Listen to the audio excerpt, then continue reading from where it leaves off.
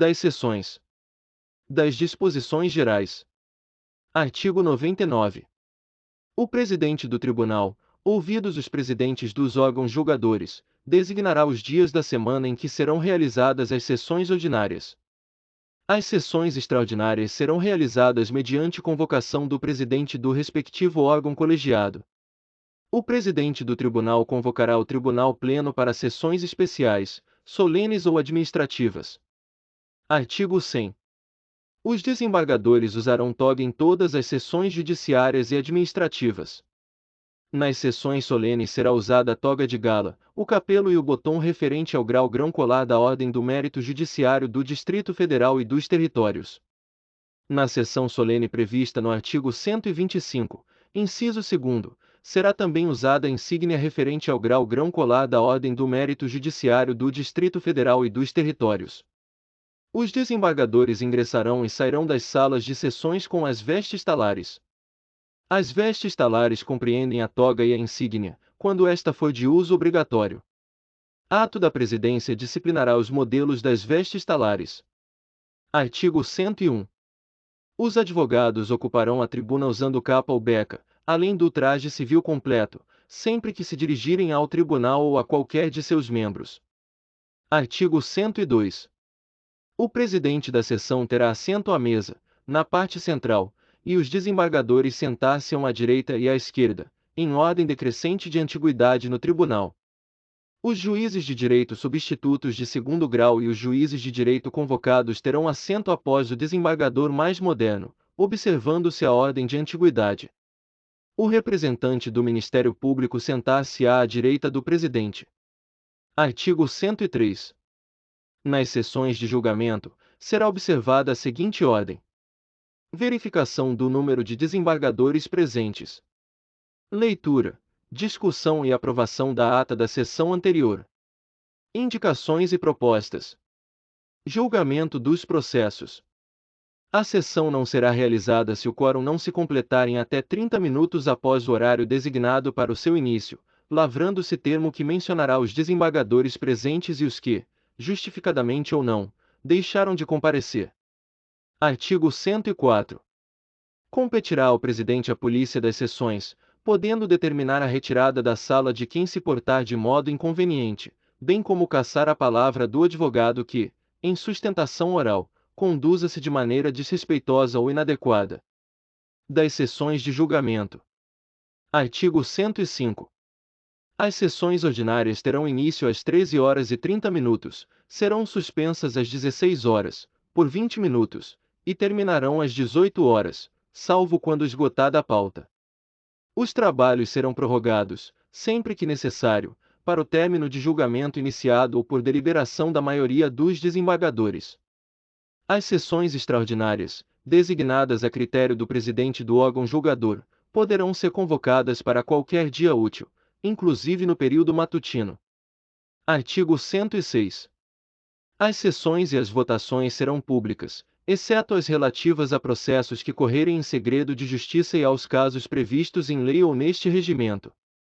Nas hipóteses ressalvadas, somente poderão permanecer na sala de sessões as partes, seus advogados, defensores públicos e o membro do Ministério Público.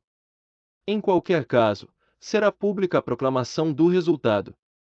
Artigo 107. Nos julgamentos, após o relatório, será facultado a qualquer desembargador solicitar reunião em conselho para esclarecimentos, retirando-se as partes e seus advogados. Os votos serão proferidos em sessão pública, observado o disposto no artigo 106, caput. Artigo 108. Os julgamentos observarão a seguinte ordem: processos que independam de inclusão em pauta. Processos adiados, novamente incluídos em pauta e com pedido de vista. Processos em que haja pedido de sustentação oral, observada a ordem dos requerimentos. Processos em que haja preferência requerida até o início da sessão. Ordem preferencial do artigo 96. Demais processos, obedecida a ordem crescente de numeração dentro das respectivas classes. Artigo 109. Os pedidos de sustentação oral, nas hipóteses admitidas em lei, serão formulados ao secretário do órgão julgador até o início da sessão ou por meio eletrônico. As pessoas mencionadas no artigo 1º da Lei nº 10.048/2000 terão preferência para sustentação oral, caso requeiram ao secretário do órgão julgador.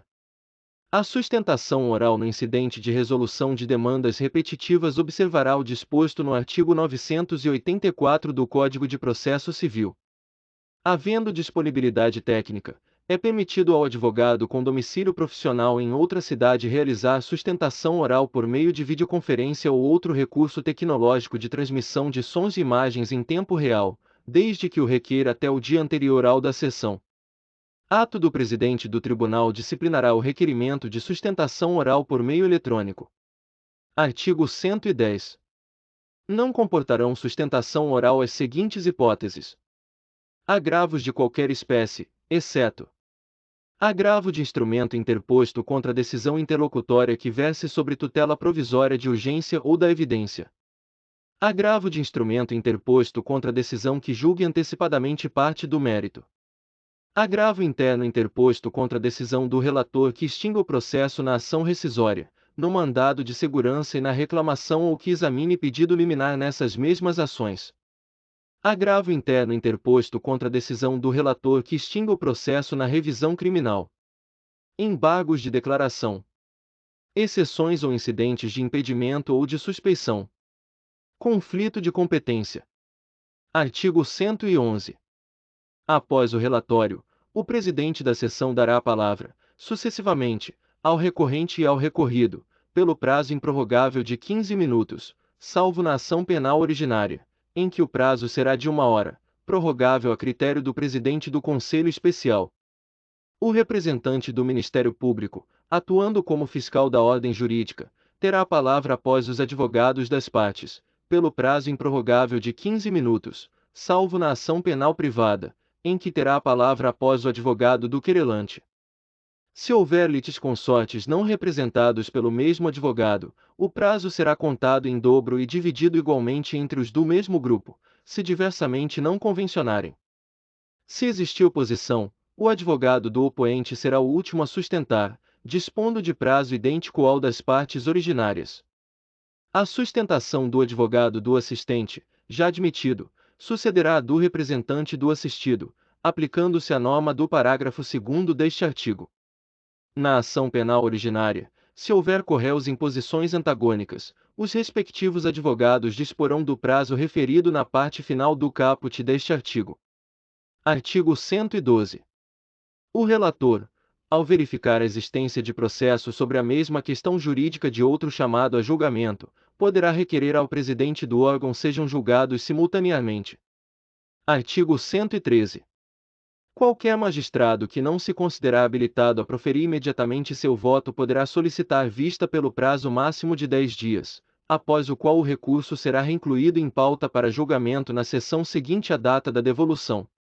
Se os autos não forem devolvidos tempestivamente ou se não for solicitada a prorrogação de prazo de no máximo mais 10 dias, o presidente do órgão fracionário os requisitará para julgamento do recurso na sessão ordinária subsequente, com publicação da pauta em que for incluído. Quando requisitar os autos na forma do parágrafo 1º, se aquele que fez o pedido de vista ainda não se sentir habilitado a votar, o presidente convocará substituto para proferir voto. O pedido de vista não impedirá a votação dos desembargadores que se sintam habilitados.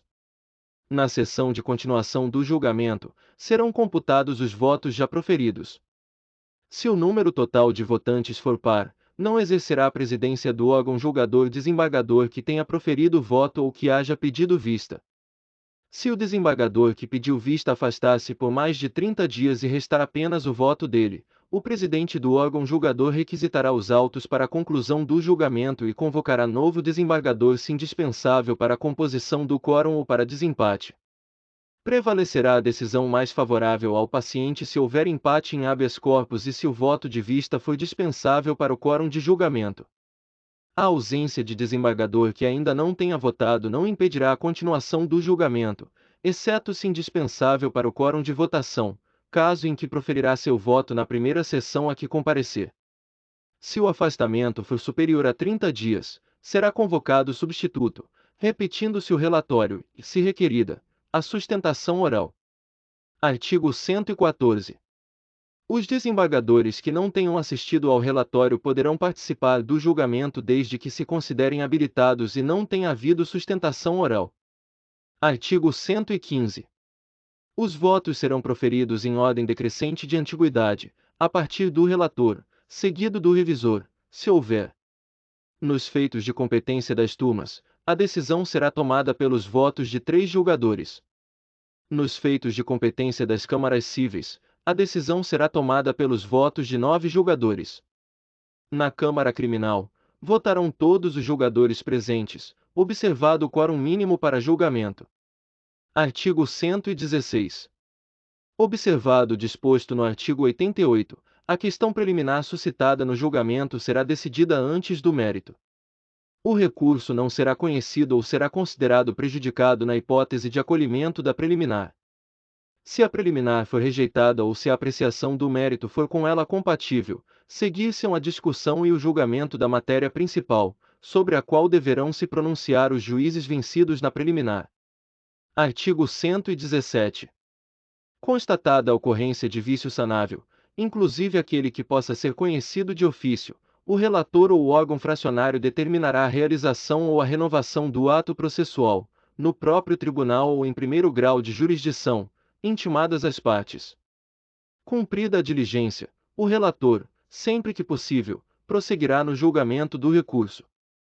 Reconhecida a necessidade de produção de prova, o relator ou o órgão fracionário converterá o julgamento em diligência, que se realizará no tribunal ou em primeiro grau de jurisdição, decidindo-se o recurso após a conclusão da instrução. Artigo 118. Proferidos os votos, o presidente anunciará o resultado do julgamento, designando para redigir o acórdão o relator ou, se vencido este, o prolator do primeiro voto vencedor. O voto poderá ser alterado até o momento da proclamação do resultado pelo presidente, salvo aquele já proferido por juiz afastado ou substituído. O voto vencido será necessariamente declarado e considerado parte integrante do acórdão para todos os fins legais, inclusive de prequestionamento. Artigo 119. Quando o resultado da apelação não for unânime, o julgamento terá prosseguimento na mesma sessão, caso estejam presentes outros julgadores integrantes da turma, em número suficiente para garantir a inversão do resultado inicial.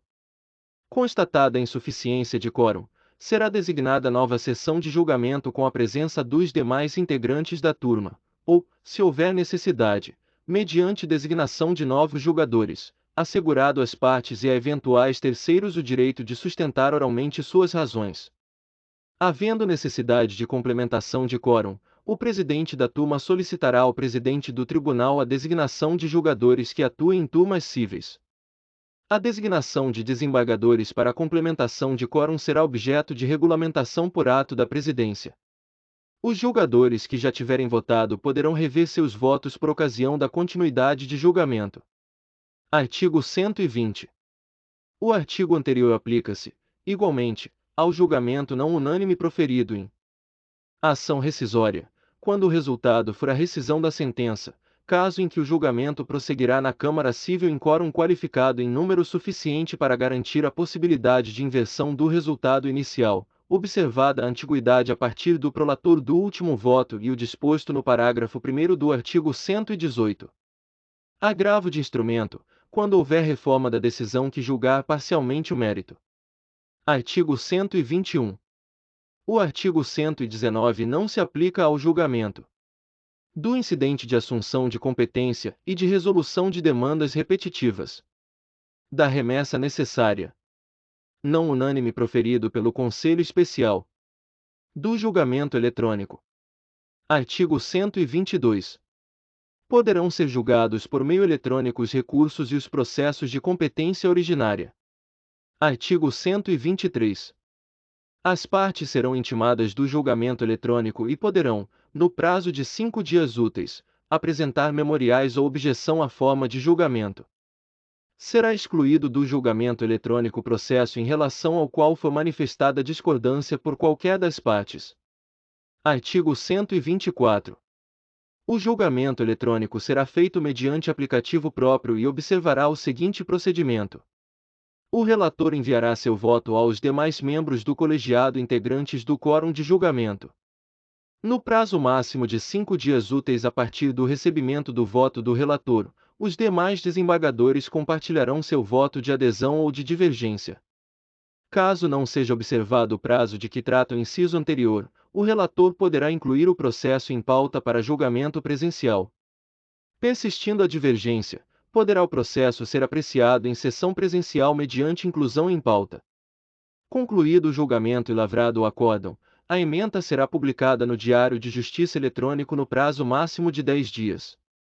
Ato da Presidência regulamentará os procedimentos a serem adotados para implementação do julgamento virtual. Das sessões solenes e das especiais. Artigo 125. Serão solenes as sessões. Para a posse do presidente do tribunal, do primeiro vice-presidente, do segundo vice-presidente e do corregedor da Justiça. Para a posse dos desembargadores. Para a posse dos juízes de direito substitutos. Para a celebração de acontecimento de alta relevância, a critério do presidente do tribunal ou por deliberação do Conselho Especial. Poderá haver discurso apenas nas hipóteses dos incisos 1º e 4º. Artigo 126.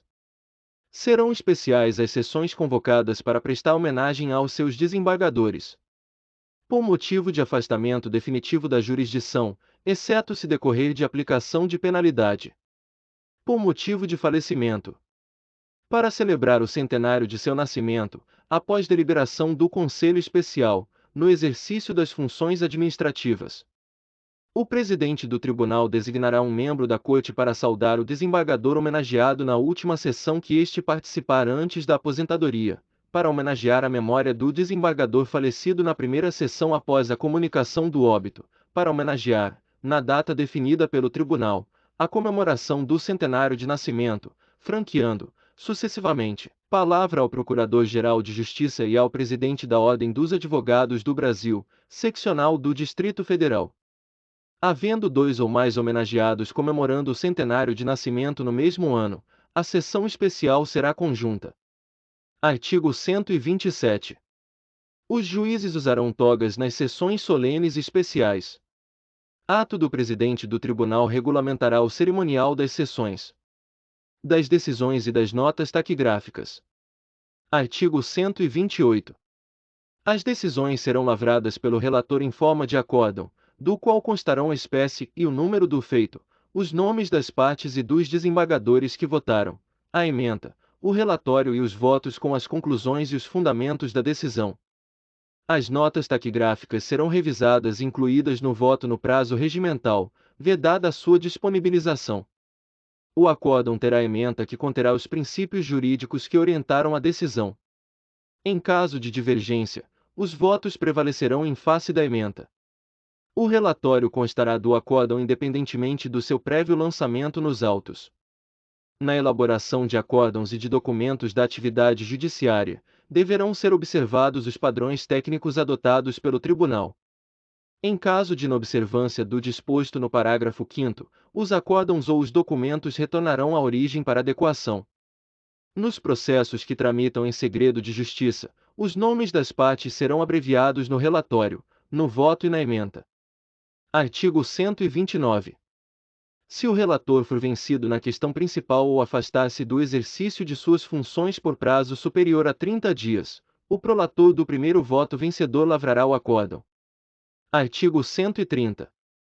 As notas taquigráficas serão revisadas e corrigidas preferencialmente no sistema eletrônico, salvo inviabilidade técnica, em até 3 dias úteis, contados a partir da disponibilização, ou da entrega no respectivo gabinete.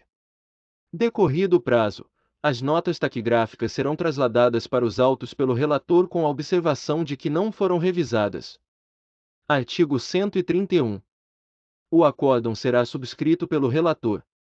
Na impossibilidade de se observar o disposto no caput deste artigo, assinará o revisor, se houver, ou ainda o desembargador que seguir o relator em antiguidade no órgão julgador, que tenha participado do julgamento e que tenha proferido voto vencedor. Artigo 132. O acórdão será confeccionado em uma única via, e o relator deverá assinar, rubricar ou certificar eletronicamente todas as folhas. As secretarias dos órgãos julgadores remeterão cópias do acórdão às autoridades determinadas neste regimento. Os gabinetes dos desembargadores, por meio de transmissão eletrônica, remeterão o acórdão para a Subsecretaria de Doutrina e Jurisprudência, disponibilizando o inteiro teor para publicação. Lavrado o acórdão, serão publicadas a decisão proferida e a respectiva ementa no Diário da Justiça eletrônico, no prazo de 10 dias, e certificadas, em cada processo, as datas de remessa e de publicação. Se o acórdão não for publicado 30 dias após a sessão de julgamento, as notas taquigráficas o substituirão, para todos os fins legais, independentemente de revisão.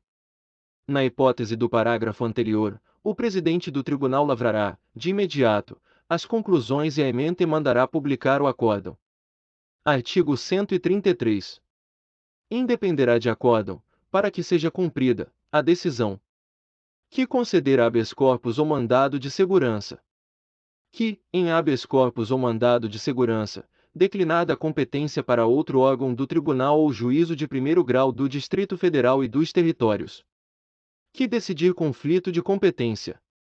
Que implicar a conversão do julgamento em diligência, cabendo ao relator sugerir a inclusão, na papeleta de julgamento, da hipótese indicada no caput deste artigo. Que julgar procedente reclamação. Que decidir desaforamento. As partes serão intimadas das decisões de que trata este artigo mediante publicação da ata da sessão em que ocorreu o julgamento. Artigo 134. Juntar-se aos autos, além do acórdão, a certidão do julgamento, subscrita pelo secretário da sessão, que conterá a natureza e o número do processo, o nome do presidente e dos desembargadores que participaram do julgamento, o nome do membro do Ministério Público presente à sessão, os nomes dos advogados que fizeram sustentação oral, a decisão proclamada pelo presidente. Artigo 135. O título 3º da parte 2ª deste regimento, que trata dos processos em espécie, determinará os casos em que as decisões proferidas pelo tribunal deverão ser comunicadas a quem lhes deva dar cumprimento. A secretaria do órgão julgador procederá à comunicação de que trata este artigo. Dos processos em espécie. Da competência originária. Da ação direta de inconstitucionalidade. Da admissibilidade e do procedimento da ação direta de inconstitucionalidade. Artigo 136. Podem propor a ação direta de inconstitucionalidade o governador do Distrito Federal, a mesa da Câmara Legislativa do Distrito Federal, o Procurador-Geral de Justiça do Distrito Federal e Territórios, a Ordem dos Advogados do Brasil, seccional do Distrito Federal, o partido político com representação na Câmara Legislativa do Distrito Federal, a entidade sindical ou de classe com atuação no Distrito Federal, a qual demonstrará que a pretensão por ela deduzida guarda relação de pertinência direta com seus objetivos institucionais. Artigo 137. A petição inicial indicará o dispositivo da lei ou do ato normativo distrital impugnado e os fundamentos jurídicos do pedido em relação a cada uma das impugnações. O pedido com suas especificações. A petição inicial deverá ser apresentada em 2 vias e acompanhada de cópias da lei ou do ato normativo impugnado, dos documentos necessários ao exame da impugnação, bem como do instrumento de procuração, quando subscrita por advogado. Artigo 138. A petição inicial inepta, a não fundamentada ou a manifestamente improcedente será liminarmente indeferida pelo relator. Contra essa decisão caberá agravo regimental no prazo de 5 dias. Artigo 139. Proposta a ação direta, não será admitida desistência. Artigo 140. O relator requisitará informações aos órgãos ou às autoridades das quais emanou a lei ou o ato normativo impugnado, que disporão do prazo de 30 dias para fornecê-las, contado da data de recebimento do pedido. Artigo 141. Não será admitida intervenção de terceiros no processo de ação direta de inconstitucionalidade. O relator, considerando a relevância da matéria e a representatividade dos postulantes, poderá admitir, por despacho irrecorrível, a manifestação de outros órgãos ou entidades, observado o prazo fixado no artigo anterior. Artigo 142. Decorrido o prazo das informações, prestadas ou não, o Procurador-Geral do Distrito Federal e o Procurador-Geral de Justiça do Distrito Federal e Territórios serão ouvidos e deverão manifestar-se no prazo de 15 dias, sucessivamente. Em caso de notória insuficiência das informações existentes nos autos ou de necessidade de esclarecimento de matéria ou de circunstância de fato, o relator poderá requisitar informações adicionais, designar perito ou comissão de peritos para que emita parecer sobre a questão ou fixar data para, em audiência pública, ouvir depoimentos de pessoas com experiência e autoridade na matéria. O relator poderá, ainda, solicitar informações aos magistrados de primeiro grau acerca da aplicação da norma impugnada no âmbito de sua jurisdição. As informações, as perícias e as audiências a que se referem os parágrafos anteriores serão realizadas no prazo de 30 dias, contado da solicitação do relator, que, após, remeterá os autos ao Procurador-Geral de Justiça do Distrito Federal e Territórios para oferta de parecer no prazo de 10 dias. Artigo 143. Vencidos os prazos do artigo anterior, o relator lançará o relatório, com cópia para todos os desembargadores componentes do Conselho Especial, e pedirá dia para julgamento da liminar em ação direta de inconstitucionalidade. Artigo 144. Salvo no período de feriado forense, a liminar na ação direta será concedida por decisão da maioria absoluta dos membros do Conselho Especial, observado o disposto no artigo 155, após a manifestação, no prazo de 5 dias, dos órgãos ou das autoridades dos quais emanou a lei ou o ato normativo impugnado. O relator, se considerar indispensável, ouvirá o Procurador-Geral do Distrito Federal e o Procurador-Geral de Justiça do Distrito Federal e Territórios no prazo de 3 dias. No julgamento do pedido de liminar, a sustentação oral, por 15 minutos, será facultada aos representantes judiciais dos requerentes e das autoridades ou dos órgãos responsáveis pela expedição do ato. Será facultada ainda a manifestação do amicus curiae, se admitido, e do Procurador-Geral de Justiça do Distrito Federal e Territórios.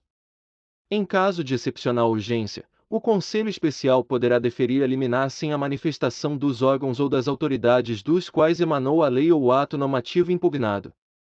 Artigo 145. Concedida a liminar, o Tribunal de Justiça do Distrito Federal e dos Territórios fará publicar, no Diário da Justiça Eletrônico e no Diário Oficial do Distrito Federal, a parte dispositiva da decisão no prazo de 10 dias e solicitará as informações à autoridade da qual tiver emanado o ato, observado, no que couber, o procedimento estabelecido na subseção 1ª deste título, que trata da admissibilidade e do procedimento da ação direta de inconstitucionalidade. A liminar, dotada de eficácia contra todos, será concedida com efeito ex nunc, salvo se o Conselho Especial conceder-lhe eficácia retroativa. A concessão da liminar torna aplicável legislação anterior, caso existente, salvo expressa manifestação em sentido contrário. Artigo 146. Se houver pedido de liminar, o relator, em face da relevância da matéria e de seu especial significado para a ordem social e para a segurança jurídica, poderá, após a prestação das informações no prazo de 10 dias e a manifestação do Procurador-Geral do Distrito Federal e do Procurador-Geral de Justiça do Distrito Federal e Territórios, sucessivamente, no prazo de 5 dias, submeter o processo diretamente ao Conselho Especial, que terá a faculdade de julgar definitivamente a ação. Da ação declaratória de constitucionalidade, da admissibilidade e do procedimento da ação declaratória de constitucionalidade. Artigo 147. Podem propor a ação declaratória de constitucionalidade de lei ou de ato normativo distrital o governador do Distrito Federal, a mesa da Câmara Legislativa do Distrito Federal, o Procurador-Geral de Justiça do Distrito Federal e Territórios. Artigo 148. A petição inicial indicará o dispositivo da lei ou do ato normativo distrital questionado e os fundamentos jurídicos do pedido. O pedido com suas especificações. A existência de controvérsia judicial relevante sobre a aplicação da disposição objeto da ação declaratória. A petição inicial será apresentada em 2 vias, acompanhada das cópias da lei ou do ato normativo questionado, dos documentos necessários ao exame do pedido de declaração de constitucionalidade, bem como do instrumento de procuração, quando subscrita por advogado. Artigo 149. A petição inicial inepta, a não fundamentada ou a manifestamente improcedente será liminarmente indeferida pelo relator. Contra essa decisão, caberá agravo regimental no prazo de 5 dias. Artigo 150. Proposta a ação declaratória, não será admitida desistência. Artigo 151. Não será admitida intervenção de terceiros no processo de ação declaratória de constitucionalidade. Artigo 152. O Procurador-Geral de Justiça do Distrito Federal e Territórios deverá pronunciar-se no prazo de 15 dias. Em caso de notória insuficiência das informações existentes nos autos ou de necessidade de esclarecimento de matéria ou de circunstância de fato, o relator poderá requisitar informações adicionais, designar perito ou comissão de peritos para emitir parecer sobre a questão ou fixar data para, em audiência pública, ouvir depoimentos de pessoas com experiência e autoridade na matéria. O relator poderá, ainda, solicitar informações aos magistrados de primeiro grau acerca da aplicação da norma questionada no âmbito de sua jurisdição. As informações, as perícias e as audiências a que se referem os parágrafos anteriores serão realizadas no prazo de 30 dias, contado da solicitação do relator, que, após, remeterá os autos ao Procurador-Geral de Justiça do Distrito Federal e Territórios para oferta de parecer no prazo de 10 dias. Artigo 153. Vencido o prazo do artigo anterior, o relator lançará o relatório, enviará cópia deste a todos os desembargadores componentes do Conselho Especial e pedirá dia para julgamento da liminar em ação declaratória de constitucionalidade. Artigo 154. O Conselho Especial, por decisão da maioria absoluta dos membros, observado o disposto no artigo seguinte, poderá deferir pedido de liminar na ação declaratória de constitucionalidade, determinando aos juízes a suspensão do julgamento dos processos que envolvam a aplicação de lei ou de ato normativo objeto da ação até o julgamento definitivo. Concedida a liminar, o Conselho Especial fará publicar, no Diário da Justiça Eletrônico e no Diário Oficial do Distrito Federal, a parte dispositiva da decisão no prazo de 10 dias e procederá ao julgamento da ação no prazo de 180 dias, sob pena de perda de sua eficácia. Das disposições comuns às seções anteriores. Da decisão na ação direta de inconstitucionalidade e na ação declaratória de constitucionalidade. Artigo 155. A decisão sobre a constitucionalidade ou a inconstitucionalidade de lei ou de ato normativo somente será tomada se presentes, na sessão, pelo menos 2/3 dos desembargadores componentes do Conselho Especial. Artigo 156.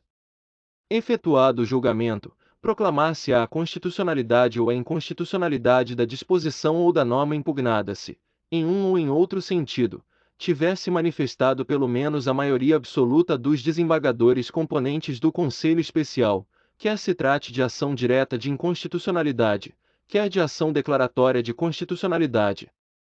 Se não for alcançada a maioria necessária à declaração de constitucionalidade ou de inconstitucionalidade e se o número de desembargadores ausentes puder influir no julgamento, este será suspenso a fim de se aguardar o comparecimento dos desembargadores ausentes, até que se atinja o número necessário para prolatar a decisão em um ou em outro sentido. Artigo 157.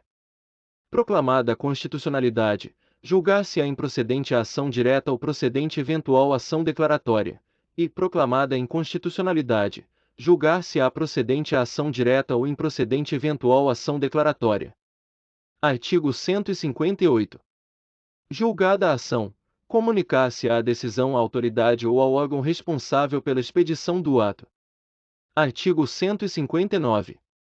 A decisão que declara a constitucionalidade ou a inconstitucionalidade de lei ou de ato normativo em ação direta ou em ação declaratória é irrecorrível, ressalvada a interposição de embargos declaratórios e de recurso extraordinário, atendidos os requisitos específicos. Essa decisão não pode, igualmente, ser objeto de ação rescisória. Artigo 160. Ao declarar a inconstitucionalidade de lei ou de ato normativo, tendo em vista razões de segurança jurídica ou de excepcional interesse social, o Conselho Especial poderá, por maioria de 2/3 de seus membros, restringir os efeitos daquela declaração ou decidir que ela só tem eficácia a partir de seu trânsito em julgado ou de outro momento que venha a ser fixado. Artigo 161. Dentro do prazo de 10 dias após o trânsito em julgado da decisão, o Conselho Especial fará publicar a parte dispositiva do acórdão no Diário da Justiça Eletrônico e no Diário Oficial do Distrito Federal.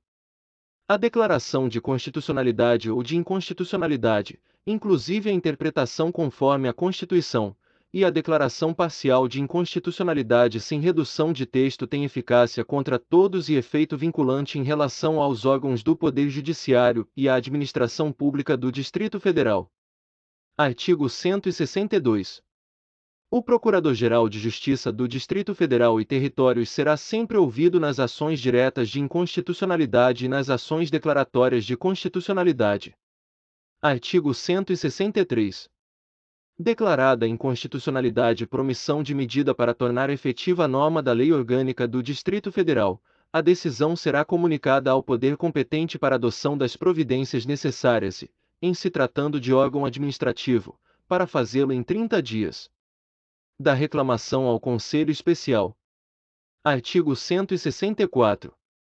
Caberá reclamação do Procurador-Geral de Justiça ou da parte interessada na causa, para garantir a autoridade das decisões do Conselho Especial em ação direta de inconstitucionalidade e em ação declaratória de constitucionalidade.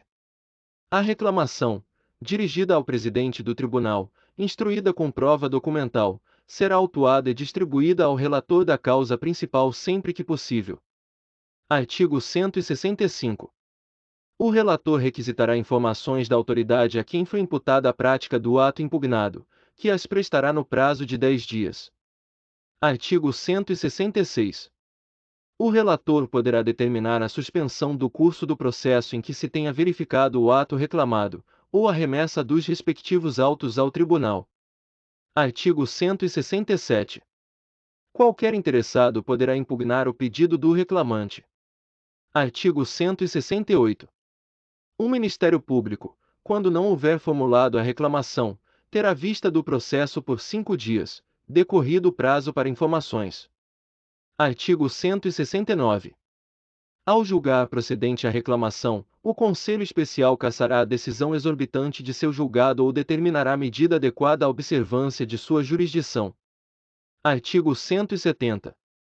O presidente do tribunal determinará o imediato cumprimento da decisão, lavrando-se o acórdão posteriormente. Da ação penal originária. Artigo 171. A denúncia nos crimes de ação penal pública e nos crimes de responsabilidade, a queixa nos de ação penal privada e a representação, quando indispensável ao exercício da primeira, serão regidas pelas leis processuais pertinentes. Artigo 172. Distribuído inquérito ou representação que se refira a crime cuja competência para apurar seja originária do tribunal e que verse sobre a prática de crime de ação pública ou de responsabilidade, o relator encaminhará os autos à Procuradoria-Geral de Justiça, que terá o prazo de 15 dias para oferecer denúncia ou para requerer arquivamento. Se o indiciado estiver preso, o prazo será de 5 dias, contado do termo de vista. Se existir pedido de prisão cautelar ou comunicação de prisão em flagrante, tão logo distribuídos, os autos serão conclusos ao relator, que decidirá em 24 horas. O Procurador-Geral de Justiça poderá requerer diligências complementares, que, se deferidas pelo relator, interrompem o prazo previsto no caput deste artigo, salvo se o indiciado estiver preso. Se as diligências forem indispensáveis ao oferecimento da denúncia, o relator determinará o relaxamento da prisão do indiciado. Se dispensáveis, o relator determinará que se realizem, separadamente, depois de oferecida a denúncia, sem prejuízo da prisão e do desenvolvimento regular do processo. Artigo 173. O pedido de arquivamento feito pelo Procurador-Geral de Justiça será deferido pelo relator ou por este submetido à decisão do Conselho Especial. Artigo 174. Se o inquérito versar sobre crime de ação penal pública condicionada à representação ou de ação penal privada, o relator determinará seja guardada a iniciativa do ofendido ou de quem, por lei, esteja autorizado a representar ou a oferecer queixa-crime. Artigo 175. Ao verificar a decadência, o relator, ouvida a Procuradoria-Geral de Justiça, julgará extinta a punibilidade, determinando o arquivamento dos autos. Artigo 176. Nos processos relativos a crime contra a honra, o relator, antes de receber a queixa, procurará reconciliar as partes, adotando o procedimento previsto no artigo 520 do Código de Processo Penal. Se qualquer das partes não comparecer, ter-se-á por prejudicada a tentativa de conciliação. Artigo 177. A decisão do relator que rejeitar a denúncia ou a queixa será submetida ao Conselho Especial. Artigo 178. O relator, antes do recebimento ou da rejeição da denúncia ou da queixa, mandará notificar o acusado por mandado, para oferecer resposta escrita no prazo de 15 dias. Com a notificação, será entregue ao acusado cópia da denúncia ou da queixa, do despacho do relator e dos documentos por este indicados. Se desconhecido o paradeiro do acusado, proceder-se-á à respectiva notificação por edital, com o teor resumido da acusação, para que compareça ao tribunal em 5 dias, onde terá vista dos autos pelo prazo de 15 dias, a fim de apresentar a resposta prevista neste artigo. Artigo 179. Se, com a resposta, forem apresentados novos documentos, a parte contrária será intimada para se manifestar sobre eles no prazo de 5 dias. Na ação penal privada, a Procuradoria-Geral de Justiça será ouvida em igual prazo. Artigo 180. Apresentada a resposta e ouvida a Procuradoria-Geral de Justiça em 5 dias, o relator pedirá dia para que o Conselho Especial delibere sobre o recebimento ou a rejeição da denúncia ou da queixa ou sobre a improcedência da acusação, se a decisão não depender de outras provas. No julgamento de que trata este artigo, a sustentação oral será facultada, consecutivamente, à acusação e à defesa pelo prazo de 15 minutos. Artigo 181. Publicado o acórdão referente ao recebimento da denúncia ou da queixa, o inquérito será autuado como ação penal e distribuído ao mesmo relator ou àquele designado no acórdão. Artigo 182. Recebida a denúncia ou a queixa, o relator designará dia e hora para o interrogatório, citará o acusado ou o querelado e intimará o Procurador-Geral de Justiça, o assistente de acusação, se houver, bem como o querelante ou seu advogado. O relator poderá delegar a realização do interrogatório e de quaisquer atos de instrução a magistrado de primeiro grau. Artigo 183. Se o acusado não comparecer, sem motivo justificado, o relator nomear-lhe-á defensor. O prazo para a defesa prévia será de 5 dias, contado do interrogatório ou da intimação do defensor dativo. Artigo 184. A instrução obedecerá, no que couber, ao procedimento ordinário do Código de Processo Penal e ao disposto na Lei 8.038, de 28 de maio de 1990. Concluída a inquirição de testemunhas, serão intimadas a acusação e a defesa para requerer diligências no prazo de 5 dias. Se realizadas as diligências ou se estas não forem requeridas nem determinadas pelo relator, a acusação e a defesa serão intimadas para, sucessivamente, apresentarem alegações escritas no prazo de 15 dias. Nas ações penais privadas, após as alegações escritas das partes, a Procuradoria-Geral de Justiça será ouvida no prazo de 15 dias. Artigo 185. Após lançar relatório nos autos e remetê-los ao revisor, que pedirá dia para julgamento, a pauta será publicada com 10 dias de antecedência, intimadas a acusação e a defesa. Serão distribuídas cópias do relatório aos desembargadores componentes do Conselho Especial. Artigo 186. Na sessão de julgamento, a acusação e a defesa terão, sucessivamente, nessa ordem, prazo de 1 hora para sustentação oral, assegurado ao assistente 1/4 do tempo da acusação. Encerrados os debates, o tribunal proferirá o julgamento da ação rescisória. Artigo 187. A petição inicial da ação rescisória será distribuída, sempre que possível, a relator que não tenha participado do julgamento rescindendo. Artigo 188. Verificando que a petição inicial não atende aos requisitos legais ou que apresenta defeitos capazes de dificultar o julgamento de mérito, o relator determinará que o autor a emende ou a complete no prazo de 10 dias, indicando com precisão o que deve ser corrigido e completado. A petição inicial será indeferida nas hipóteses do artigo 330 do Código de Processo Civil. Quando não for efetuado o depósito de que trata o artigo 968, inciso 2º, do Código de Processo Civil. Artigo 189. O relator julgará liminarmente improcedente o pedido nas hipóteses do artigo 332 do Código de Processo Civil. Artigo 190. Recebida a petição inicial, o relator determinará a citação do réu, assinando-lhe prazo, nunca inferior a 15 nem superior a 30 dias, para apresentar resposta. Artigo 191.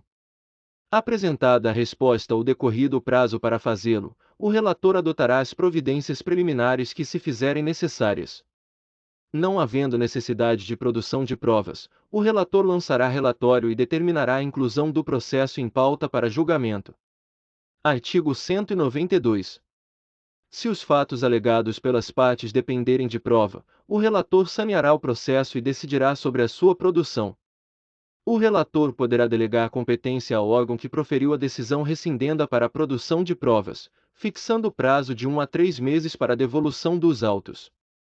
Concluída a instrução, será aberta a vista ao autor e ao réu para razões finais, sucessivamente, pelo prazo de 10 dias. Em seguida, o relator lançará relatório e determinará a inclusão do processo em pauta para julgamento. Artigo 193. Nas hipóteses do artigo 178 do Código de Processo Civil, o Ministério Público será intimado para intervir como fiscal da ordem jurídica quando não for parte. O Ministério Público terá vista dos autos depois das partes e será intimado de todos os atos do processo. Artigo 194. Devolvidos os autos pelo relator, a Secretaria encaminhará cópia do relatório aos magistrados que participarão do julgamento. Na ação rescisória, não está impedido o magistrado que participou do julgamento rescindendo. Artigo 195. Reconhecida a incompetência do tribunal para julgar a ação rescisória, o autor será intimado para emendar a petição inicial nos termos do artigo 968, parágrafo 5º, do Código de Processo Civil. Após a emenda da petição inicial, será permitido ao réu complementar os fundamentos de defesa, e, em seguida, os autos serão remetidos ao tribunal competente. Da reclamação. Artigo 196. Ressalvado o disposto nos artigos 164 a 170, caberá reclamação da parte interessada ou do Ministério Público para preservar a competência do tribunal, garantir a autoridade das decisões do tribunal, garantir a observância de precedente proferido em julgamento de casos repetitivos ou incidente de assunção de competência, dirimir divergência entre acórdão de turma recursal e a jurisprudência do Superior Tribunal de Justiça sumulada ou consolidada em julgamento de recurso repetitivo, incidente de assunção de competência e incidente de resolução de demandas repetitivas. O julgamento da reclamação compete ao órgão jurisdicional cuja competência se busca preservar ou cuja autoridade se pretenda garantir, nos termos deste regimento. A reclamação de que trata o inciso 4 caberá à Câmara de Uniformização, em matéria civil, e à Câmara Criminal, em matéria criminal. Artigo 197. A reclamação deverá ser instruída com prova documental e dirigida ao presidente do tribunal. A reclamação será autuada e distribuída ao relator do processo principal, sempre que possível. A reclamação contra acórdão de turma recursal será distribuída aos membros dos órgãos colegiados competentes para o seu julgamento. Artigo 198. Ao despachar a reclamação, o relator indeferirá de plano a reclamação inadmissível, prejudicada ou proposta em face de decisão transitada em julgado. Requisitará informações da autoridade a quem foi imputada a prática do ato impugnado, que as prestará no prazo de 10 dias. Se necessário, ordenará a suspensão do processo ou do ato impugnado para evitar dano irreparável. Determinará a citação do beneficiário da decisão impugnada, que terá prazo de 15 dias para apresentar a sua contestação. Na reclamação contra acórdão de turma recursal, o relator, admitido o seu processamento, poderá, de ofício ou a requerimento da parte, presentes a probabilidade do direito e o fundado receio de dano de difícil reparação, suspender a tramitação dos processos nos quais tenha sido estabelecida a mesma controvérsia, oficiando aos presidentes das turmas recursais a suspensão. Oficiará ao presidente da turma recursal prolatora do acórdão reclamado, comunicando o processamento da reclamação e solicitando informações no prazo de 10 dias. Ordenará a publicação de edital no Diário da Justiça e no site do Tribunal para a ciência aos interessados sobre a admissão da reclamação, a fim de que se manifestem, querendo, no prazo de 15 dias. Decidirá o que mais for necessário à instrução do procedimento. Artigo 199. Qualquer interessado poderá impugnar o pedido do reclamante. Artigo 200. Na reclamação que não houver formulado, o Ministério Público terá vista do processo por 5 dias, após o decurso do prazo para informações e para o oferecimento da contestação pelo beneficiário do ato impugnado. Na reclamação contra acórdão de turma recursal, o prazo para manifestação do Ministério Público será contado após o decurso do prazo para impugnação de interessados. Artigo 201. Julgada procedente a reclamação, será cassada a decisão exorbitante do julgado ou determinada medida adequada à solução da controvérsia.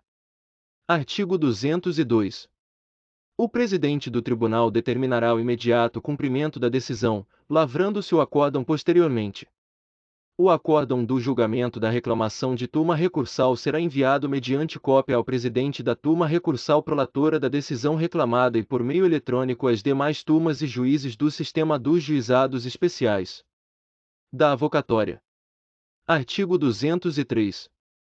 Se o magistrado de primeiro grau deixar de submeter ao tribunal sentença sujeita ao duplo grau de jurisdição, o presidente do tribunal, mediante provocação das partes ou do Ministério Público, requisitará os autos, que receberão a numeração e a denominação que teriam caso se tratasse de recurso voluntário, sendo a eles apensados os autos da avocatória. Da carta precatória. Artigo 204. Será distribuída a um dos membros do Conselho Especial a carta precatória que trate de diligências relacionadas às autoridades que detenham a prerrogativa de foro prevista no artigo 13, inciso 1º, alíneas A, B e C, ou que a elas sejam equiparadas a juízo do primeiro vice-presidente. Caberá ao relator decidir sobre a intervenção da Procuradoria de Justiça, intimando-a, se necessário. As audiências serão presididas pelo relator, podendo ser delegada a prática de outros atos de instrução a magistrado de primeiro grau de jurisdição. Do conflito de competência. Artigo 205. Nos casos previstos em lei, o conflito de competência poderá ser suscitado entre magistrados de primeiro grau, de segundo grau e órgãos fracionários do tribunal. Artigo 206. O conflito de competência poderá ser suscitado pelas partes, pelo Ministério Público ou pelo magistrado. Artigo 207. Distribuído o conflito de competência, caberá ao relator determinar a oitiva dos juízes em conflito ou, se um deles for suscitante, apenas do suscitado. Determinar, quando o conflito for positivo, o sobrestamento do processo e, nesse caso, bem como no de conflito negativo, designar um dos juízes para resolver, em caráter provisório, as medidas urgentes. Artigo 208. Decorrido o prazo assinado pelo relator, será ouvido o Ministério Público, no prazo de 5 dias, ainda que as informações não tenham sido prestadas. Em seguida, o conflito irá a julgamento. Os autos em que foi manifestado o conflito de competência serão remetidos ao juízo declarado competente. Suscitado o conflito nos autos originários, nas hipóteses admitidas na legislação processual penal, estes serão remetidos ao juízo declarado competente independentemente de acórdão, o qual será remetido posteriormente com a certidão da publicação, se houver, com a do trânsito em julgado. Artigo 209. O relator poderá julgar de plano o conflito de competência quando sua decisão se fundar em súmula do Supremo Tribunal Federal, do Superior Tribunal de Justiça ou do próprio tribunal. Tese firmada em julgamento de casos repetitivos ou incidente de assunção de competência. Do desaforamento. Artigo 210. Poderá ser desaforado o julgamento, se houver fundadas dúvidas quanto à segurança pessoal do acusado ou à existência de condições para que os jurados decidam com imparcialidade. Se o interesse da ordem pública o reclamar. Em razão do comprovado excesso de serviço, se o julgamento não puder ser realizado no prazo de 6 meses, contado da preclusão da decisão de pronúncia, não se computando, para a contagem do prazo, o tempo de adiamentos, de diligências ou de incidentes de interesse da defesa. O pedido de desaforamento poderá ser requerido pelo Ministério Público, pelo assistente, pelo querelante ou pelo acusado, em petição fundamentada e instruída com as provas dos fatos alegados, ou por meio de representação do juiz competente. O requerente, quando não houver procedido à justificação judicial quanto à necessidade do desaforamento, poderá pleitear ao relator a produção de provas. É irrecorrível a decisão do relator que deferir ou indeferir a produção de provas. Se os motivos alegados forem relevantes, o relator poderá determinar, fundamentadamente, a suspensão do julgamento pelo júri. O pedido de desaforamento não será admitido na pendência de recurso contra a decisão de pronúncia ou na tramitação de recurso contra a decisão do júri, salvo, nesta última hipótese, quanto a fato ocorrido durante ou após a realização de julgamento que se pretenda anular. O acusado poderá requerer ao Tribunal de Justiça que determine a imediata realização do julgamento, se não houver excesso de serviço ou processos aguardando o julgamento em quantidade que ultrapasse a possibilidade de apreciação pelo Tribunal do Júri, nas reuniões periódicas previstas para o exercício. Artigo 211. O pedido de desaforamento será distribuído imediatamente, e o relator, se não for caso de indeferimento liminar, requisitará informações ao juiz-presidente do Tribunal do Júri, que as prestará no prazo de 5 dias, quando essa autoridade não tiver sido o representante. O defensor do acusado, o querelante, o Ministério Público e o assistente, conforme o caso, serão notificados para oferecer resposta no prazo de 5 dias. Encerrada a fase de produção de provas, os autos irão com vista à Procuradoria de Justiça para emissão de parecer em 10 dias. Em seguida, em igual prazo, serão incluídos em pauta, facultada às partes, na sessão de julgamento, a sustentação oral por 15 minutos. Artigo 212. Deferido o pedido, que abrangerá os corréus, determinar-se-á qual tribunal do júri realizará o julgamento. A decisão, independentemente da publicação do acórdão, será comunicada para cumprimento. É inadmissível o reaforamento, ainda que cessados os motivos determinantes da designação de outro tribunal do júri. Julgado o desaforamento, ainda que pendente a publicação de acórdão, os autos serão remetidos à vara do tribunal do júri onde deverá ser realizado o julgamento. Do habeas corpus. Artigo 213. Distribuído o habeas corpus, o relator, se necessário, requisitará informações à autoridade apontada como coatora mediante ofício acompanhado de cópia da petição inicial e dos documentos fornecidos pelo impetrante. As informações serão prestadas em 2 dias e, se não forem, os autos serão conclusos ao relator com a respectiva certidão.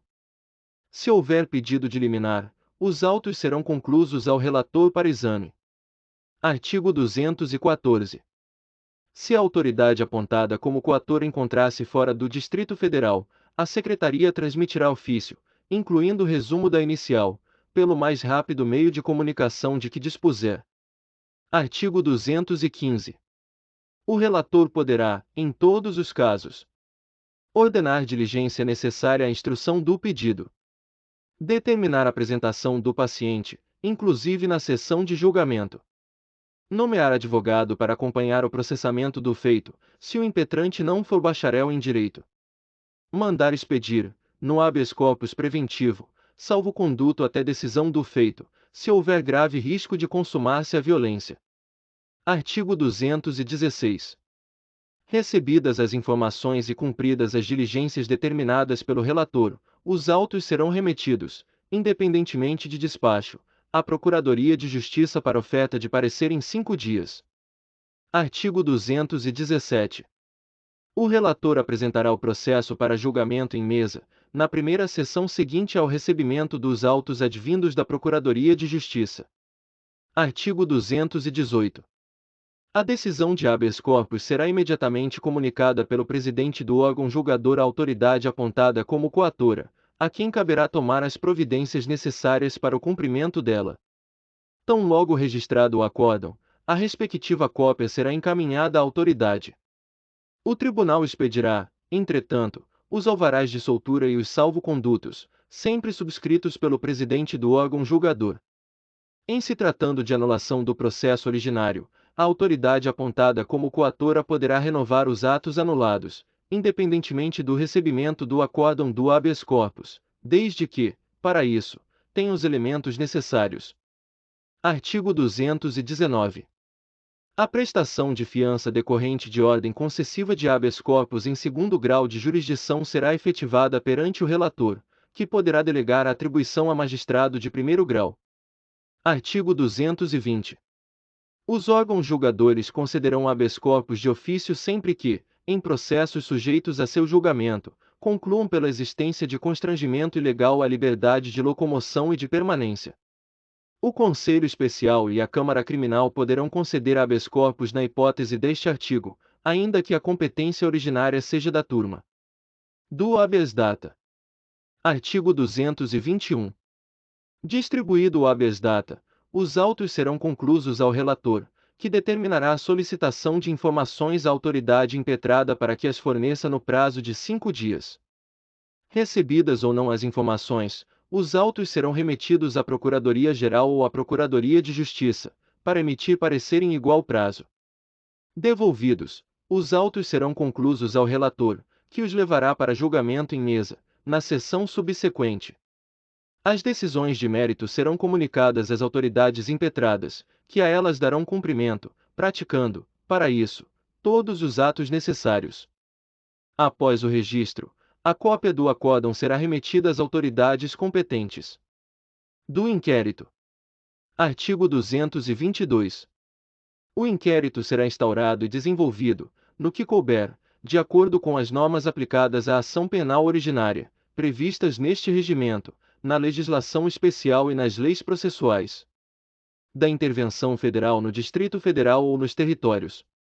Artigo 223. O presidente do tribunal, ao receber o pedido de intervenção federal, mandará arquivá-lo se for manifestamente infundado, decisão contra a qual caberá agravo regimental. Adotará as providências oficiais que lhe parecerem adequadas para remover, administrativamente, a causa do pedido. Se esse objetivo não for alcançado, distribuirá os autos a um desembargador relator, prosseguindo-se nos demais termos da Lei 8.038/90. Do mandado de injunção. Artigo 224.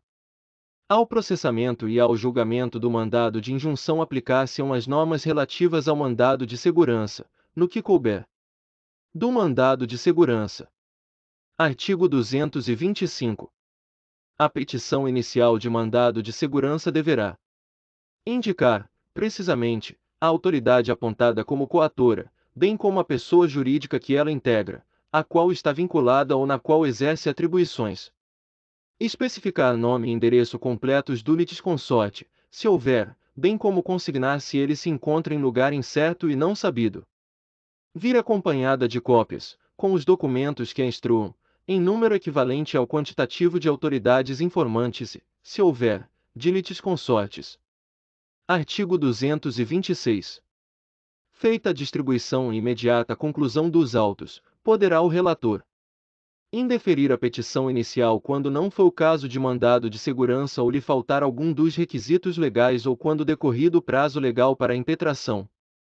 Preenchidos os requisitos legais, conceder liminar para suspender os efeitos do ato impugnado até o julgamento final da segurança, facultado a exigência de caução, fiança ou depósito, com o objetivo de assegurar o ressarcimento à pessoa jurídica. Artigo 227.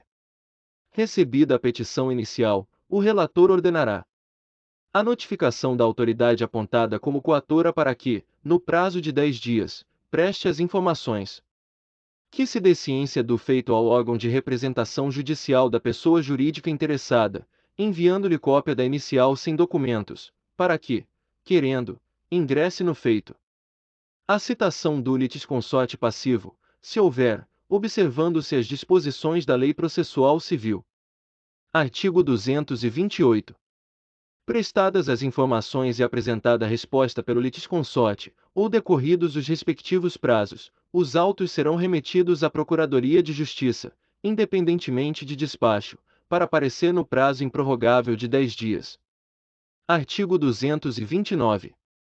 Devolvidos, os autos serão conclusos ao relator, que, no prazo de 30 dias, pedirá a inclusão do processo em pauta para julgamento. Artigo 230. Todas as decisões serão comunicadas à autoridade coatora para o devido cumprimento do protesto, da notificação e da interpelação. Artigo 231.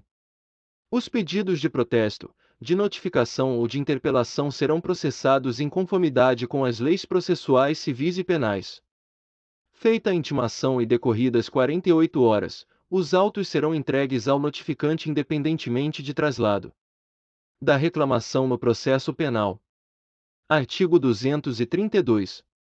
Admitir-se a reclamação no processo penal contra ato jurisdicional que contenha erro de procedimento que, à falta de recurso específico, possa resultar em dano irreparável ou de difícil reparação. Artigo 233. O prazo para a reclamação será de 5 dias, contado da data da ciência do ato. Artigo 234. A petição de interposição da reclamação conterá o nome e o endereço completos da parte contrária e será instruída com cópia do ato impugnado e dos demais documentos essenciais à compreensão do pedido. O relator indeferirá de plano a reclamação que não atender ao disposto no caput no artigo anterior. Artigo 235. O relator poderá atribuir eficácia suspensiva à reclamação quando concorrerem à relevância dos fundamentos da interposição e o risco de dano irreparável ou de difícil reparação. Artigo 236. A Secretaria enviará ofício ao juízo de origem comunicando a decisão do relator que conceder ou indeferir o efeito suspensivo e para que preste informações no prazo de 5 dias. A parte contrária e o assistente, quando houver, serão intimados para apresentar resposta no prazo de 5 dias. Artigo 237. Recebidas as informações ou decorridos os prazos respectivos e, se for o caso, ouvido o Ministério Público em 5 dias, os autos serão conclusos ao relator, que, no prazo de 10 dias, determinará a inclusão do processo em pauta. Artigo 238. O juízo de origem será comunicado imediatamente do julgamento. O acórdão será enviado depois do seu registro da representação por indignidade para o oficialato. Artigo 239. Os procedimentos oriundos do Conselho de Justificação, para exame da dignidade de oficial da Polícia Militar e do Corpo de Bombeiros Militar do Distrito Federal ou de oficial dessas corporações nos territórios federais, serão julgados pela Câmara Criminal, decisão contra a qual não caberá recurso. Artigo 240. Distribuída a representação, os autos serão conclusos ao relator, que determinará a citação do representado para oferecer alegações em 5 dias. A citação será efetuada na forma estabelecida nos artigos 277 a 293 do Código de Processo Penal Militar. Decorrido o prazo sem manifestação do representado, o relator designar-lhe-á defensor dativo. Oferecidas as alegações de defesa ou expirado o respectivo prazo, os autos serão remetidos à Procuradoria-Geral de Justiça para emissão de parecer em 5 dias. Devolvidos, os autos serão conclusos ao relator, que, no prazo de 10 dias, pedirá a inclusão do processo em pauta de julgamento. Artigo 241. No julgamento, a sustentação oral, pelo prazo de 15 minutos individuais, será facultada ao advogado do representado e à Procuradoria-Geral de Justiça, e o Conselho deliberará em sessão, sem a presença do público. Se o tribunal reconhecer que o representado é indigno para o oficialato, decretará a perda do posto e da patente, e a cópia do acórdão será remetida ao governador do Distrito Federal ou ao governador do Território Federal. Da representação para a perda da graduação das praças. Artigo 242.